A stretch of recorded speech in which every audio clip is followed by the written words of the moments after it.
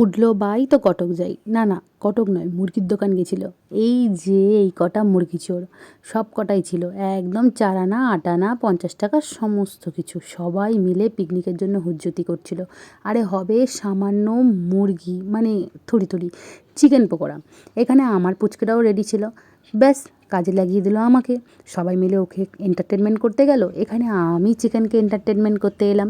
সামান্য একটু লেবুর রস মাখালাম, তারপর এখানে পেঁয়াজ রসুন কাঁচা লঙ্কা ধনেপাতা একটা পেস্ট বানিয়ে তাকে মাখামাখি ঘষাঘষি করে নিলাম। হ্যাঁ, দিয়েছিলাম আদা বাটা, সঙ্গে ছিল আমার বরের কথা অনুযায়ী একটু সয়া সস, গরম মশলা গুঁড়ো, গোলমরিচের গুঁড়ো। তবে হ্যাঁ, ঝাল টাল কিছু হয়নি রে বাপু, কারণ ওই যে লিলিপুটগুলোও তো খাবে না।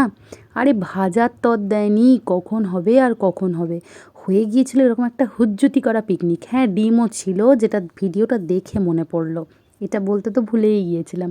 টেস্ট ছিল দারুণ, তবে শুরুটা হয়েছিল এই 6:30টার দিকে, মানে ওই হুচুকটা উঠেছিল, আর কাজটা শেষ হয়েছিল প্রায় 10টা। তারপর যে যার সে তার চিকেন পকোড়া নিয়ে ঘর ঢুকে পড়েছিল, রাতের খাবার খেতে হবে না। তবে হ্যাঁ, সেদিন ওই চিকেন পকোড়ার কারণে রাতের খাবারগুলো সবার চেঞ্জ হয়ে গিয়েছিলো। মানে সবাই মিলে রুটি খাবে কি ভাত খাবে সেটা বাদ দিয়ে সবাই মুড়িতে শিফট করে গেছিলো। এই এত ঠান্ডায় মুরগিকে তেলে ছাড়ার আগে মুরগির গায়ে কোটিং করার জন্য নিয়ে নিয়েছিলাম কর্নফ্লেক্স, আর এখানে ছিল কর্নফ্লাওয়ার, যেটাকে ভালো করে মাখিয়ে নিয়েছিলাম। তারপর আমাকে চলে যেতে হয়েছিল আমার পুচকের কাছে, আর এখানে শিফট হয়ে গেছিলো আমার বর।